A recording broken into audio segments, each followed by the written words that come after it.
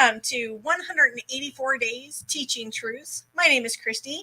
My regular co-host, Carrie, is out under the weather today, so we have Mr. Aaron Phillips as our special co-host. Thank you and welcome, Aaron. Thank you very much for having me. And on this side, we have our special guest today. His name is Ryan, and he's a second grade teacher. That's right. Number 2 is number 1.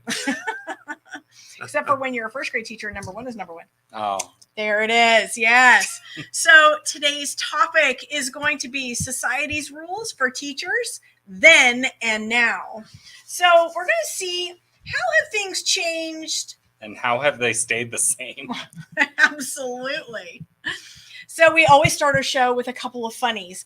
And so here are some unwritten rules that have to do with teachers. And rule number 1.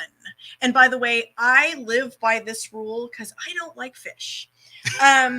Don't cook fish in the teacher's lounge, and don't burn popcorn either. Those smells, I'm sorry, they just don't leave. Which is worse for you? Definitely the fish. Okay. I'll take the burned popcorn any day, but that fish, that'll send me straight out of the lounge and eating somewhere else. I've got to disagree with you there. I just cannot stand the the burned the fish. Yeah. I'm sorry. I'm the opposite of you. Oh, okay. So you don't like the burned popcorn. Yeah, I don't like the burned popcorn, and I just can't deal with it. What if you burn the fish? Does that help at all? No. That makes it far worse. 10 times I was just worse. curious, All right. Next one. Rule number 2. All right, Mr. Phillips. Yes. Would you share rule number 2? Don't break the copy machine and walk away. Oh my It's gosh. very inconsiderate. So for teachers who are accident prone like me, if you do break it, just fix it. Like don't leave.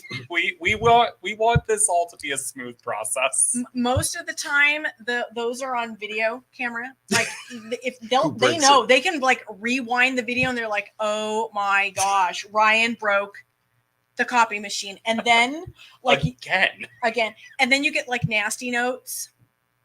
Or like people take your paper, you got to be careful with that one. Do not break the copy machine and then walk away. Like go ask the office for help, ask a friend for help, but never leave it unattended. But about the only thing that teachers can't fix now is when you get that nasty message in like a 100 copy job out of toner. Oh, that's the one we can't fix, right? You just gave me the heart. Sorry, but that's gonna give me nightmares. 100 copy job and then it goes out of toner. Especially on 99 when you're like almost there. 99 in the final page. Exactly. It's just wrong. It's just wrong. They should have toner on the side, just like so we can fix it real fast. There you go. All right, rule number 3.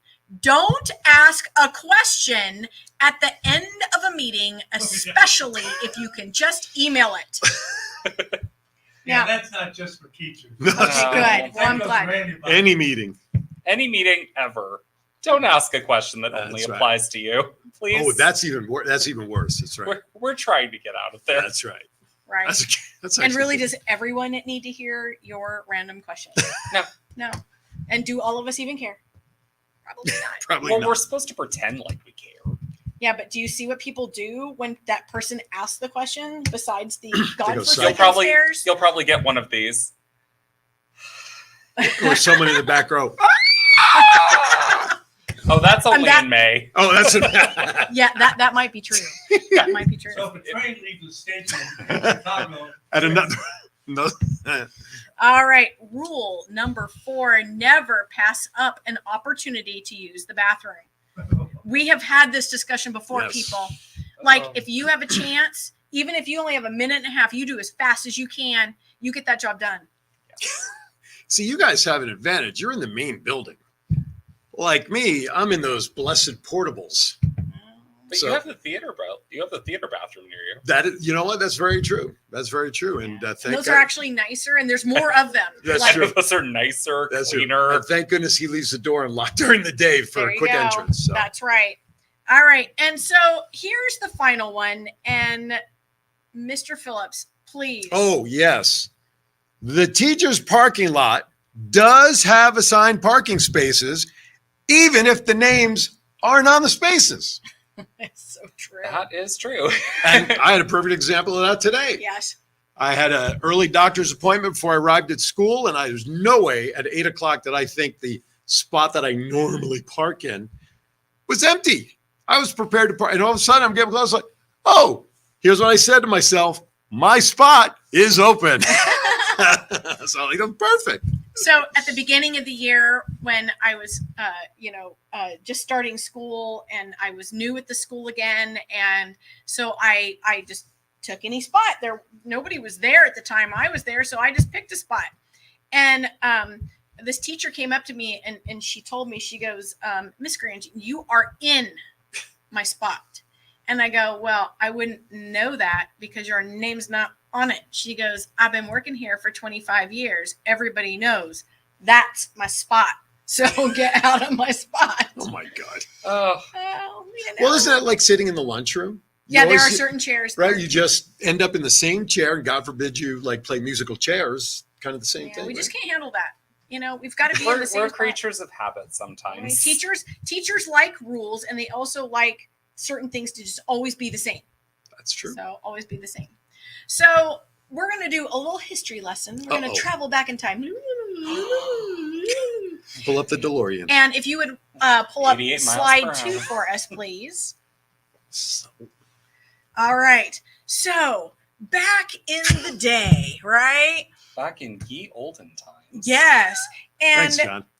I will tell you that these come from We Are Teachers, retro school rules. A lot of these came from there. So old time rules from 1872 and 1915. So we're going to do a little compare and contrast from then and now, right? So let's listen and see. We're working on standard RI2. Exactly. Do you have a learning intention, Christy? I do have some success criteria. Let's survive. So teachers had to fill the lamps and clean the chimneys, bring a bucket of water, like cleaning our own classrooms. Like, let's compare that, right? Starting the fire by 7 a.m. So don't forget, it wasn't like you flipped the switch and the heater came on. Yeah, no, back in the You day. gotta just burn down the place. Thank goodness we don't have to start the fire every morning. But I will admit that most of the time we do have to, at the very least, clean our own classrooms, clean surfaces, clean those hard to reach corners. Because I mean, yeah, I found a dust bunny under my desk today. Something flew under the desk, and I was like, "Oh my!" Well, at least it was Maybe only a live dust. animal under there. I was just gonna say, at least it was only a dust At least bunny. it wasn't a critter. Yeah, Right. it was. It felt like a dust bunny. I'm just going to go with that. I'm going to tell myself that. All right. Don't forget that back in the day, you had to make your own pens. Really? Just grab those ducks and get to plucking. Right. Well, it's kind of like, if you want to compare then and now, we have to bring a lot of our own supplies, right? So back then in the day, they had to pluck the birds to get the feathers. What to do write you with. mean, Christy? That what is it, like $100 that they give us? That covers all our supplies for the entire year, doesn't it? Sure. And this At least for the first 5 minutes of the first day. That's I mean, true. it definitely covers that. So I thought this one was especially entertaining, especially for both of you. Oh. So male teachers could go out during the week one night to find a woman, and 2 nights Thursday's to find my a woman finding night. Put that on the calendar, will you, and please? 2 nights a week if they went to church. Oh. Well, now, wait a minute. But wait, what about synagogue? what if I found a woman at church? Do I get 3 nights? That's a 2 for 1. Well, what if you don't go to church? I go to synagogue. Well- I mean, there's no what you can't do anything on Saturdays. Well, Then I mean, what let's is this? remember this was like 1872. Yeah, you weren't allowed to teach that. No, that's right. Only on this side. Yeah, only on that side. Only from left to right. Right to But left. see, it's better for us women, right? Because female teachers couldn't get married during their contract, or they would lose their job. Oh my gosh. So if you were during the teaching contract year, you couldn't have a boyfriend and get married. Oh no. I mean, I think that's why nuns were so successful for such a long time. They're like, look, we don't have those problems. That's right. We don't have those problems, people. We're not hooking up with anybody. So there you go. Yeah. But don't they have a relationship with God? I mean, isn't that kind of It is, but Well, I not mean, tangible. I don't think God gave them a wedding ring. So and really, they weren't cooking after a long day. yeah. So Here's one that might sound familiar. After 10 hours in school, they could go home and read the Bible. Only 10? Was their only 10. Gee. But it sounds Slackers. a lot like these days. We may not go home and read the Bible, but we certainly are working 10 hours a day. Yeah. So I'm not sure that changed all that much from 1872. It was just mandated back then. Right. Now it's just kind of like culturally mandated. So teachers couldn't drink or smoke without losing their integrity in the community. Ooh. So none of those, Well, darn. bad habits. So you had no women teachers that talk like this then? No. Probably not. No, they didn't. Well, I mean, Back in those days, couldn't smoke in public, but you could smoke at home, I guess, right? Yeah, well, she'd have to keep that door shut. So there you go. Teachers had to put aside what little they had already made for retirement because they didn't have like a retirement or pension back then. Now, of course, we do, but similar to Social Security, teachers don't get Social Security. We just get a pension, right? Yeah, we get the PERS. So it kind of in a comparison there, you pretty much have to like make sure you're putting aside money and along with your pension in order to be able to live outside of teaching. So this was, it's funny today. Somebody came up to me and they said, "Did you know this fun fact?" And I'm like, "Oh my gosh, they must be knowing we're going to do a show today." They said, "Did you know that a teacher could only ride in a buggy with a man if it was her brother or father?"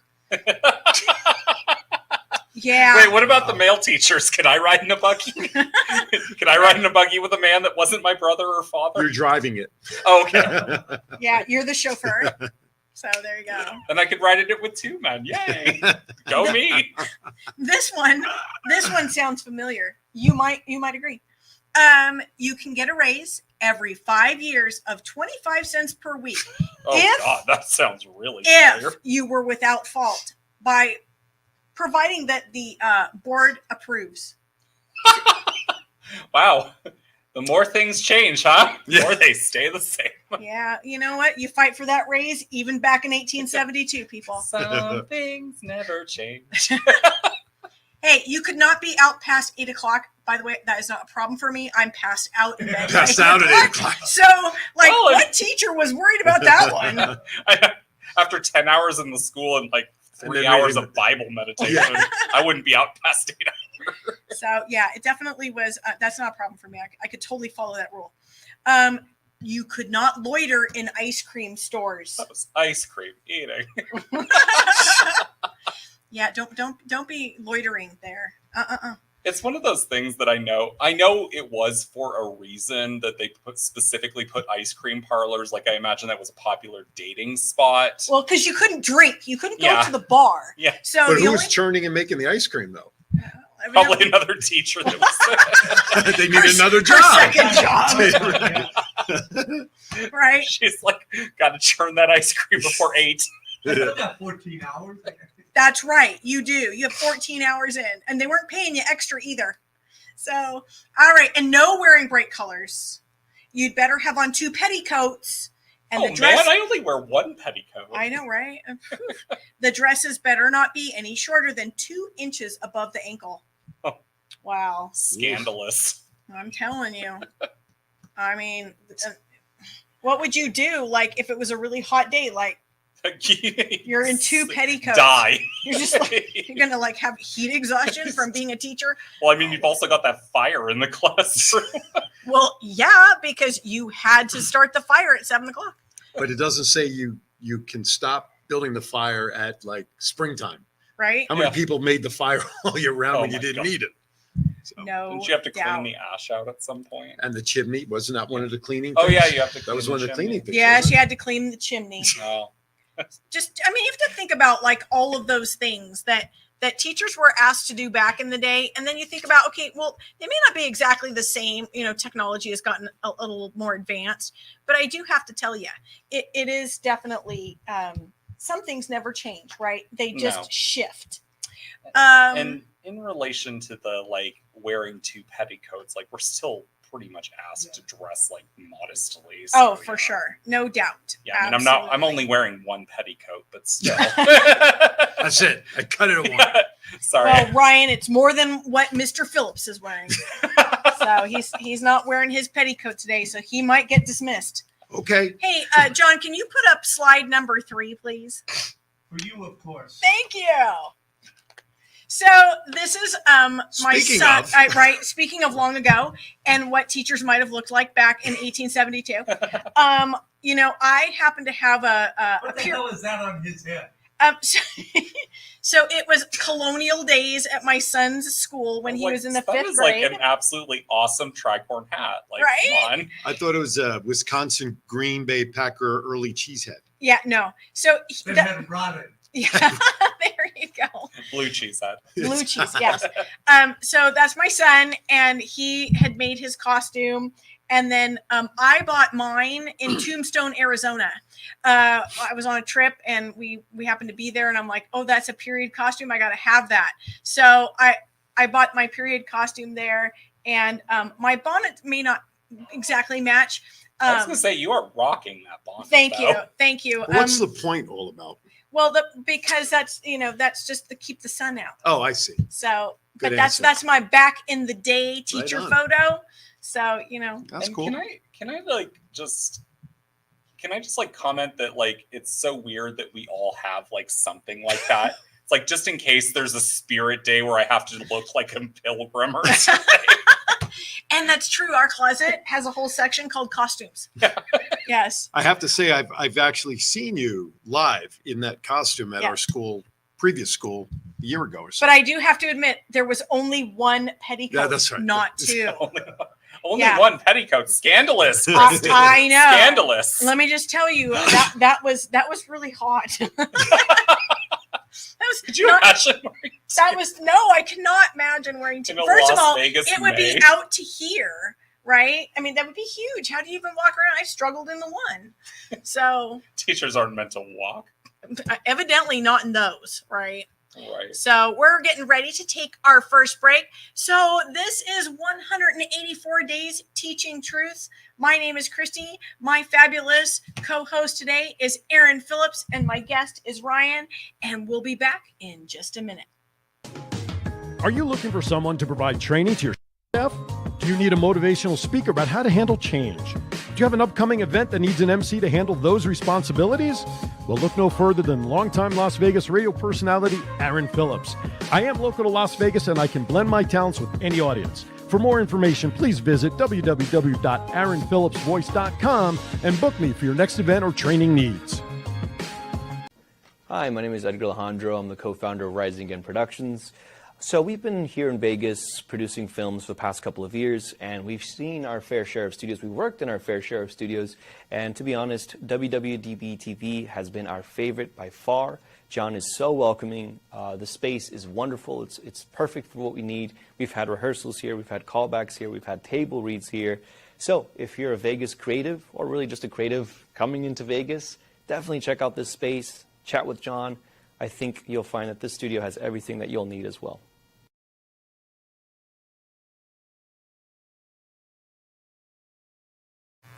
Welcome back to 184 Days Teaching Truths. My name is Christy. This is my co-host today, Mr. Aaron Phillips. Howdy. And this is our special guest, Ryan. He's a second grade teacher. Again, number 2 is number 1. Yeah, I keep saying that, but number 1 is number 1. Oh. Go first grade! Woohoo! Oh, that's Go so Tudors! Nice. You are That doesn't so work. allowed to have that completely wrong opinion. Well, Go Subs. That doesn't sound as good. no, Go Tudors. that's right. Go It Tudors. sounds good to some people. I'm Right. sure. I guess. Oh man! So we're gonna play a game today. Oh, I love games. I know you both are, and let me just tell you, we have some fancy game tools. I saw. I Again, know. we spared every expense here at WWDBTV. Yes, absolutely. So we're gonna play a game called Then and Now. Mm, I do have to say though, your handwriting is really pretty. always. She did all the charts for us years, throughout the last 5 years that we needed because hers was the only one we could read. Yeah, well, I have to tell you a short story before we get into the game. I'm a lefty, right? And so as a kid, my handwriting I know. No politics, no religion. There you go. No, we're not. So, so my handwriting was atrocious as a kid. I used to get they used to give seals of approval for good stuff and snails, and I would get snails like every week for handwriting, That's awful. which was absolutely crushing. By the way, I'll never forget that. Thank you to my teachers who gave me the snail. And so I decided that I was going to, between 6th and 7th grade, I was going to fix my handwriting. So all summer I practiced my handwriting and I made it teacher perfect. Well, there you go. Because I wasn't going to get any more snails. Hey, motivation. It works. Well, I also left that school, so I wasn't getting any more snails. So See, but back then they would have beat you. yeah, they just threw snails at me. So They would have thrown an actual snail. yeah, probably so. Escargot. That's what they call it. So, all right. So the game is then or now. So this one, you have to decide. You're going to hold up then if they're talking about long ago. And you're going to hold up now if you're thinking that this is a now. And if it's both, can you hold up both? Sure, why not? All right. So we've got thens and now cards. Okay.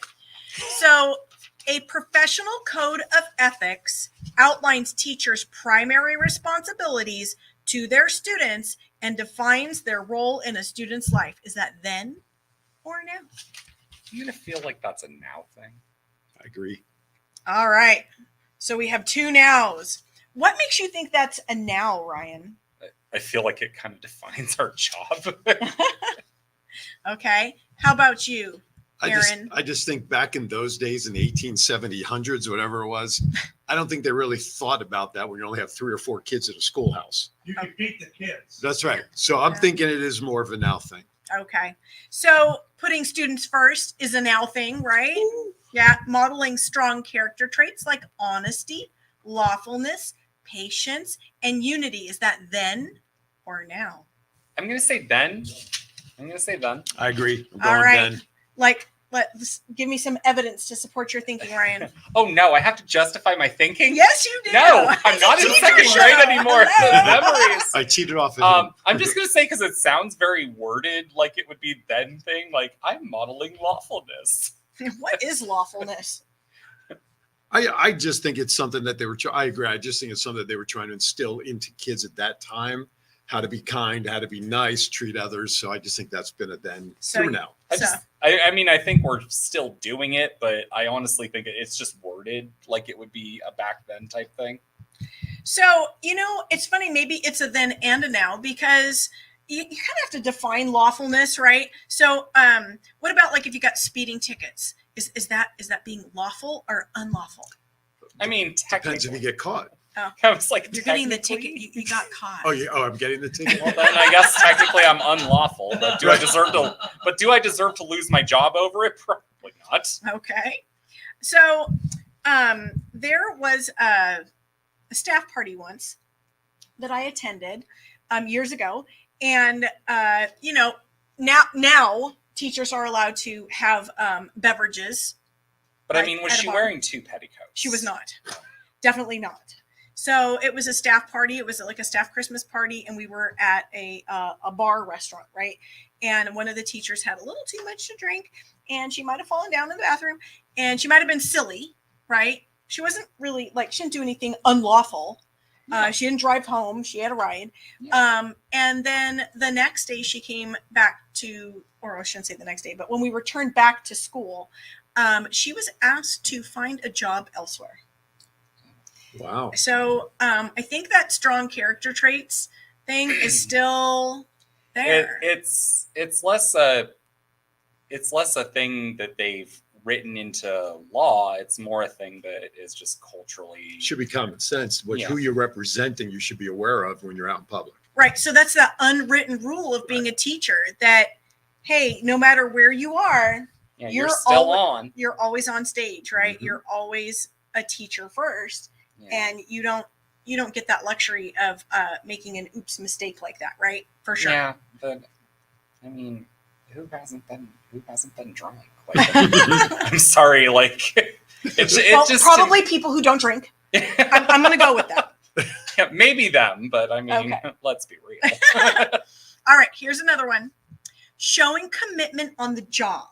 So you must wholly commit to the teaching profession promote safety, security, and acceptance, and should always avoid bullying, hostility, neglect, and dishonesty or offensive conduct. I'm going to go with then and now, but again, it seems like it's worded very ancient, but those are a lot of things we have to. Now, I was just going to say now because I don't think they knew what the word bullying was in 1872. I'm sure they did. They just had a different definition of it. Like back in the day, bullying was probably like, shut up. Right? Absolutely. So, when you're thinking about promote safety and security. So, we at schools all across the United States practice active shooter drills, right? Yeah. And what's the unwritten rule that teachers have to do? That I am going to be in front of my students when there is a shooter in the room, that I will be their bodyguard and human shield. Right. And so even though it's not written in our contract that we are going to be the bullet catcher, that would definitely be part of like an unwritten rule for teachers, that you're expected to basically, possibly even lay down your life for the children that are in your room. Right. Yeah. And so what about, that some of the phrases like, offensive conduct or dishonesty. It's just so like vague. I don't like when things are vague and like dishonesty. Like, okay, let's say I tell one of my coworkers, oh my gosh, of course that sweater looks great on you. I mean, technically I am being dishonest, but like But you're making them feel good. yeah, I mean, it's just so vague. Okay. I don't like when they use like vague terms like dishonesty. So, when you must commit wholly to the teaching profession, how many of us have been asked to be like a parent to our students? Oh, I actually have a great story about that. Yeah, no, at one of my schools, I had a young lady. She was very sweet, a very good student. And one day, it was like the second day of school, her mom, who I had never met this woman, she didn't come to open house. She just like comes up and she says, hello, I'm so-and-so's mom. And I'm like, oh, hi, nice to meet you. She goes, I just want to let you know. I just really want to let you know how I feel about this. Since you spend roughly 7 hours a day with my student, I want to let you know that you are now her parent and we co-parent. I said, no, that's not even remotely how this works. I was like, that's not even remotely how this works. dude, if you want to get away from stuff like that, then you just say to the parent, oh, so that means it's okay if I whoop their ass. And that's where the language that you use might get you fired. Yeah. Right. Yeah. So I mean, and that's even worse. Like if I had just like popped off with the snark and been like, okay, so if you don't mind, then I'm just going to elbow her when she's mean. Like that could have gotten me fired. absolutely. Obviously, it was a joke. If you said oops, would it have changed anything? Maybe. No. It's an accident. I didn't mean to do it. I really didn't mean to do it. Oh man, did I Did run I have her my into the fingers wall crossed during that again? That dishonesty thing is showing up again. Oh, dishonest. So again, if you're committing wholly to it, you're expected to be available 24/7. Oh, yes, you are, because unfortunately, I made the cardinal mistake that all new teachers don't make this mistake. Don't ever Give out ever yourself. give out your personal number. And I was the cute, wide-eyed teacher that said, of course, you can have my personal number my first year teaching. And yes, I did receive calls on Saturday at 11. At night. How long did it take you to get a new phone? Yeah. I never actually changed that year. I thought like this is just what teachers go through. I was like that nice little first year teacher. Starry-eyed. Yeah, I was like, oh, how lovely. Yeah, and it was never anything like an emergency. It was always like, so-and-so doesn't understand how to do this problem. I was like, I don't understand how to do this problem at 11. I was like, this is Saturday. They should be asleep. Right. Why are we doing homework on Saturday at 11 o'clock at night? Homework. Yeah. What's homework? Oh. Hey, I still give my kids homework. It was no homework day. Didn't you watch the news? Huh? Didn't you? It was no homework day. Didn't you watch Oh, I Super forgot 6 to News? pass out my homework today. Oh, I passed it out anyways. I told the kids, I go, Oh, April Fools. Yeah, I told them that's not a thing. I just passed out. That's all. That's all that mattered. As long as you felt okay about it there. Yes. All right. So if we do all these things, and how are we getting paid back for this, right? If we commit wholly to the profession. You don't, or you get that kid. Or you get that kid, right? Oh, I mean, I hate to say it. Like, I know many professions are punished for doing a good job.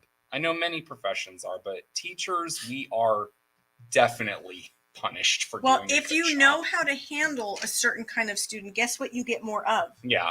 Right? Or if you're good at something, they ask you to do more of that, right? Yeah. And so at some point, it's like you reach your breaking point and say, you know what, too much is too much. Yeah. Right. And that's definitely true. And then there's the lovely unwritten rule that we're not allowed to have too much. We don't ever have too much. It's never enough for us. Yeah, your plate overfloweth with things to do. Teaching is my superpower. Sorry. Yeah, I think that was supposed to be a positive at one time. It might have like horribly backfired. Yes. All right, then or now, promote and uphold healthy relationships. Part of the code of ethics requires teachers to cooperate with fellow teachers, parents, and administrators to create an atmosphere that fosters learning and growth. I think attorneys get paid by the word, I swear. They Is that do. then I'm going or That's now. definitely a now? now. Oh, Or yeah. one, but it's a no. One, It's no. no. Yeah, Or- definitely. Even when parents complain about inaccurate or issues that aren't your fault, as the teacher, they don't even stick to the topic of their own kid, right? So you're having this conversation with them, and they're coming after you, and they don't even know the whole story because they asked their 7-year-old or 8-year-old Mhm. the story instead of asking you, hey, you know, I heard this story today. Could you tell me what you know about it? No, Yeah. they just come and accuse you. I always love that because I mean it's always so funny, especially when you have a kid who you know the kid is like lying through their teeth just to get out of trouble, and it's like, yeah, because honesty's their strong suit. Of course, believe them at face value. With Good job. With my wife being an administrator at a school, which I will not name, I occasionally hear some of the stories that go on. And as an admin, you know, you got to investigate all this stuff. So when she gives me, and we chat about the story from Exhibit A to what Exhibit B says, it's two different stories. It is so funny to hear their versions, like playing that game of telephone, right? Yeah. Yes, it's what it's like. Well, So Except for the telephone is completely broken. it's disconnected. The telephone. There isn't even a cord connecting the two lines. If you have two cans, that string has been cut. Yes. String has been cut, and the other side is making up stuff. That's right. You got it. So here's one, then or now. Educators might be called upon to train student teachers who wish to serve as educators. So having the right mindset and attitude can make a positive difference. That's Now, definitely a Yes, thing. now. if you can see. Yeah. Don't forget, if you're good at it, It'll- you get to have your plate overflow. And as much as I love that particular facet of like teaching the next generation, there's some times when I'm just like looking at the student teacher like We may not always be 100% positive about, Get out now. right? Save yourself. It's- That's kind of sad, but yes, there are times. But I will say, I think most teachers are completely fine with like trying to impart knowledge to the next generation of teachers, absolutely. because we know how important it is that we have them. Right? Every single one of us has had a first year. Oh my golly goodness. We have had that first year. Yes, and we've all obviously survived it because we're still there. Oh, and Right. there's the unwritten rule. Every teacher ever is going to have that first year. Yeah, and it may not even be on your first year. It could be your second or third year. You never Or it could know. even be your first year at a new school. That's true, because teachers have lots of first years. So there you go.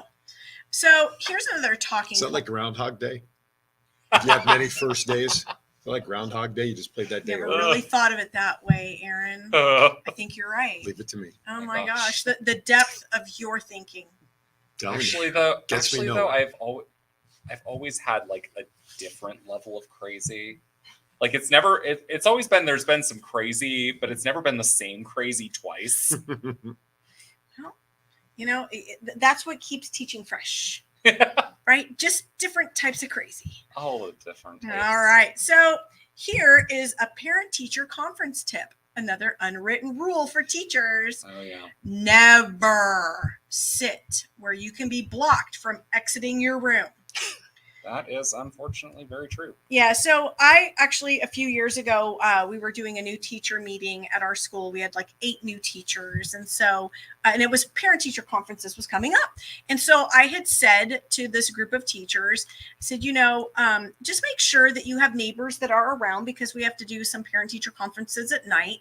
Make sure there's other people who are in their rooms around yours and that you're not the only person in your wing in the evening, right? Because if you have a parent come in who is, maybe not quite themselves, maybe they had knocked back a few beverages, maybe they had taken a hit of something before they came, because friends, this happens to teachers all the time. No, I mean, I hate to say it, I've had a few parents show up either drunk or high to their second graders parent-teacher conference. Right. And so you don't ever want to be in a compromising situation. And, they were really shocked that I said that. And a couple of them said, I'm scared. And I said, I'm not trying to make you scared. I'm trying to make you safe.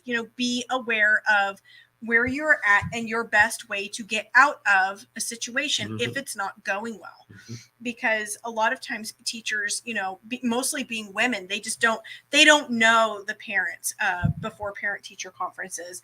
And that can be a scary thing if you're in a room and there's no one around. That could be a little bit dangerous, right? So it was one of those unwritten rules, like, hey, I wouldn't do that, right? Another, and like, piggybacking off that, like make sure your escape plan if things go south. Like, don't go this way, maybe go this way. Right. And have an exit plan, and then also maybe have sit next to your wall button, or we wear those tags like on the last show that we showed, those fabulous tags.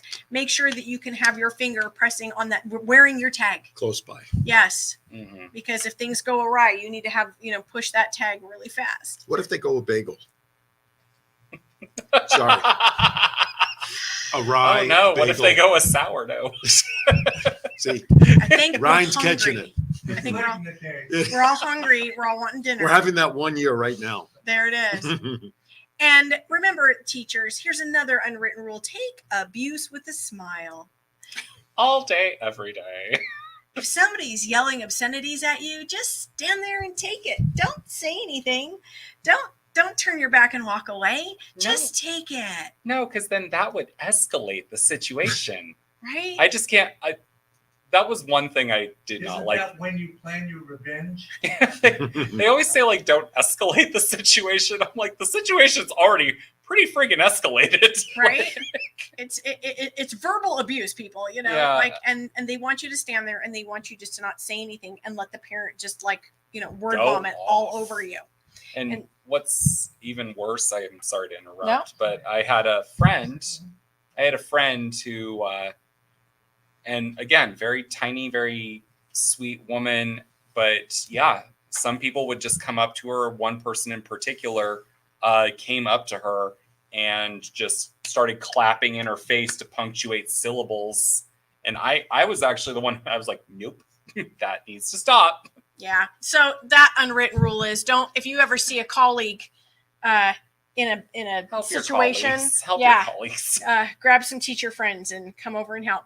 Yeah. Friends, we are going to take another break. 184 days teaching truths. We'll be right back. Hey, everybody, I am Aaron Phillips. You are?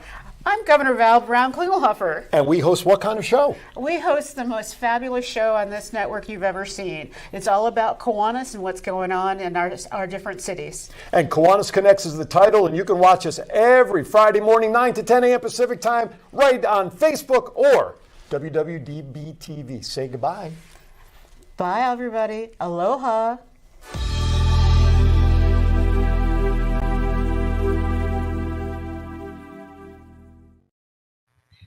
back to 184 Days Teaching Truths. My name's Christy. This is my fabulous co-host today, Mr. Aaron Phillips. Hope He's Carrie's our guest. feeling better. I do hope Carrie's feeling better. And this is our special guest, Ryan. He teaches second grade. Hey, I want to give a shout out to Marie Ferguson from Australia. She watches our show, and we just absolutely love that you are one of our fabulous viewers. So She's watching Down Under. I love it. I'm so glad we've got Marie. viewers from all over the world. Super wonderful. Thank you so And much. maybe a future guest, I heard. Oh, that could very well be. Wouldn't Wouldn't that we be love to hear a little bit about school in Australia? You know, it's tomorrow there already. Wait, they have schools in Australia? Upside down. Oh. You know, it's already Is it morning just there. koalas? Aren't they all No, they're criminals kangaroos. there? Oh. And now she's mad. No, see, right. Sorry. But it's, you know, it's like 9 o'clock in the morning there already. Oh, is That's it? how far ahead they are. Yeah. It's so funny. 9:41. It's so funny. I always know, like, when something's across the Atlantic, it's across the pond. What happens when it's across the Pacific from us? Is it still across the pond? Across the lake. Across the lake. Okay. The bay. You just, the things you learn. We digress. Yeah. Don't they teach geography in first grade? Well, that's how I knew it was across Yeah, the yeah. Pacific. I just didn't know it was across what We teach slang it was. the difference between a town and a city and a state and your country. And don't worry, they don't get any of it. That's right. So they go What to state do we live in? Las second Vegas? grade. Yes, they do believe that the city is the same thing as the state, As and the the state country. is the country. And so, holy man, we work a lot on that. We wait till the end of the year because they're older then, so we have a better chance, right? Obviously Hey, not. 6 Do the months boxes, matters when you're do the 6. boxes. Obviously how I not do it. future meteorologists. Oh, some of them are. I've actually had a few people. I've actually had a few students who get it really quickly, and it's like, oh, you give me hope for the future. And then again, there's always like that one. It's like, has anyone ever been to another country? California. Okay. And there it is, people. So, all right. So one of the last ones here for then and now. Teachers must spend time researching new teaching methodologies, attend classes to maintain their certifications, consult colleagues for professional advice, stay informed on technical advancements for the classroom, and participate in curriculum improvements. Now, What makes you think now? Which one of those laundry list of items that teachers have Which one to do doesn't it? to never stop learning? That's an unwritten rule. Don't ever stop learning, teachers. yeah, and I mean, I think it would be a little bit better if, like, a lot of those professional developments actually taught me something. But it's like, I always use this example. I had a family engagement course, and to all my teachers out there, anyone who has taught has probably heard of one of the programs: Remind, Class Dojo, Class Tag. Of course, we've all heard of those. And this family engagement guy comes in. He's like, "Okay, everyone, I've got to tell you something. There's this program called Class Dojo," and I'm just like, yes, there is. Congratulations. Now, if we all know what it is and we all already use it and we all know its features, do we have to stay for the training? Yes, we do. Yeah, Because yeah, you then, do. we still have to stay And for you it. get your credits, right? For sure. If a lion roars in the forest, if you don't hear it, does it mean it didn't happen? Philosophy. What's the sound Well- of one hand clapping? Oh man. So, a lot of teachers have to take additional coursework throughout their career. I have over 90 credits past my master's degree so that I could keep my license and continue my education. So a lot of times people don't realize, they think, oh, you got your degree, you're done. No. Right. But No, much you are like not. the nursing profession and other like health professions, you constantly have to recertify every so many years, and you have to take coursework to keep yourself updated on the latest and greatest in teaching methods. Right. So a lot of teachers, that's an unwritten rule. You never stop learning because otherwise you lose your license. Yeah. Otherwise, you lose your license. And I'll admit, like, a few of the newer strategies are pretty useful, and Yeah. but a lot of the learning that happens. Who organizes those learnings? Like, where do those learning topics come from? I'm sure it's district initiatives. Many times it is. In the past, when I've been a strategist, I've spoken with like a core group of teachers and said, what are topics that you'd really want to learn more about? And so that you could get more buy-in from teachers to actually want to learn the things that you're presenting, right? I think that's only fair. There's a lot out there to learn. There is a lot. And I mean, there's a lot of fun techniques that even I'm not like I'm not saying you shouldn't learn. I'm just saying that every professional development I've ever been to, I think I've learned like a total of 5 things. Well, that's 5 more things you have in your pocket. True. Right. So we also know that teachers have to spend time after that 10 hours in reading the Bible. Oh man, my 3 hours of Bible meditation. That's right. So they also need to engage in educational research to continuously improve their strategies in the classroom. Is that then, or is that now? Now. I'm gonna go with now. You're voting another now. Another now. All right, because we do know that like even though we're short on time for pretty much everything as teachers, what we do find is that, if you don't keep up with it, you seem to be lost in the shuffle when you do go to trainings and you're like, I never heard of that before. Yeah. And then people look at you like, well, where you been? Under a rock? Yeah, or if you change schools and they have a different initiative than you do, and they're just like, well, where have you been? We've gotten this training 15 times. And I'm like, I've gotten it 0. Right? Cool. So not all teachers are trained on the same things during staff development day either. Case in point, I was at a different staff development day recently than you, and when we compared notes, we just had very different learning. Yeah. I did learn how to use that board though, and I love that thing. Yeah, you learned technology. I learned technology. I learned how to use an app to do team building. So that was really fun. Actually, I had a great time. It was a blast. But sometimes what you learn is not always the same as the teacher next door, right? Mm-hmm. Yeah. No. So, any other unwritten rules that you think? Gosh, you know what? I can't believe Granger or Christy didn't think of that.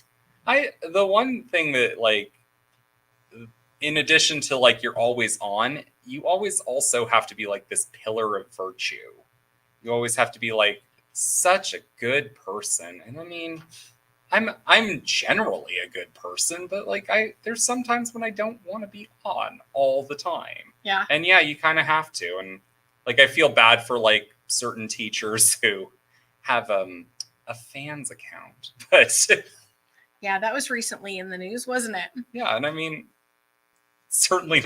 I'm certainly not on that site, but I mean, I feel bad that she had to like give up her passion because of that. Yeah. And yeah, I mean, Well, if they had given her more money for pencils, she probably wouldn't have had it. That's right. That second job really just did her in, didn't it, John? She got tired of cleaning the chimney. There it is. Oh, she was wearing no petticoats. Darn. That's it. The one thing though, that as with what my license allows me to do as a sub and tutor and all that, I kind of see full-time teachers from a little bit different perspective. Yeah. And although I've been in the classroom, people don't realize this. I've been in the classroom for about 35 years as a quote unquote sub. Yeah. But one thing that most teachers have the passion to do this career. Mm-hmm. Those that are doing it that don't have the full passion shouldn't be in it, because they're just kind of going through the motions. They think their way is the best. And anytime anybody wants to try to help or chime in, or they don't agree with other methods, it's like throwing, a grenade into a pond to try to fish. It just blows everything up. So this is a job of passion. It is. Okay, It is. and you and Carrie have said this in the past, and pretty much any teacher will say this. You're not doing this for the money. No, but we do need to pay our bills. No, but you do need to pay the bills. Money should be a you're- factor. No, of course, but you're not, you realize in this job, you're not going to be paid $500,000 a year. Not saying that teachers aren't worth it. So let me clarify that. But if you don't have the passion to do this, to put the time in, to produce in a classroom for your students and the parents, then get the hell out of teaching. I'm sorry. And because it just doesn't work. If I've worked with enough people in my industry doing this that don't have the same passion as I do for what I do, and it stinks. because you're up here doing certain things fully in this person, and you're trying to bring them along. Doesn't work. Make sure you have the right passion to do it. And I think the unwritten rule is they don't really care. The teachers just don't have the passion. Think they can get in the classroom and wing it, I guess. I don't know. John, what would you want to add? The best thing that I've seen, and I've just seen it recently, is about teachers. They don't do it for the income, they do it for the outcome. And Yeah. I thought that was probably the best thing I've ever read about why teachers do what they do. And I love that saying. I just don't love it when it's used to deny us raises. Yeah, that does have a little sting on that outcome, doesn't it? Pages, yeah. Yeah, Right. I mean, again, yeah, we don't do it. We're not in it for the input. We're in it for the output. But I do believe that our passion should be rewarded in some fashion. Mm-hmm. Oh, most definitely. And, I guess that the difference, Carrie and I have also talked about, like, you knew what you signed up for, right? And back when I first started teaching, just the societal view of teachers was just so very different. There was a lot more respect for teachers. Teachers were given the benefit of the doubt and not accused of things right off the bat without hearing the full story from, the teacher and the child. Like nowadays, it's guilty first, ask questions later.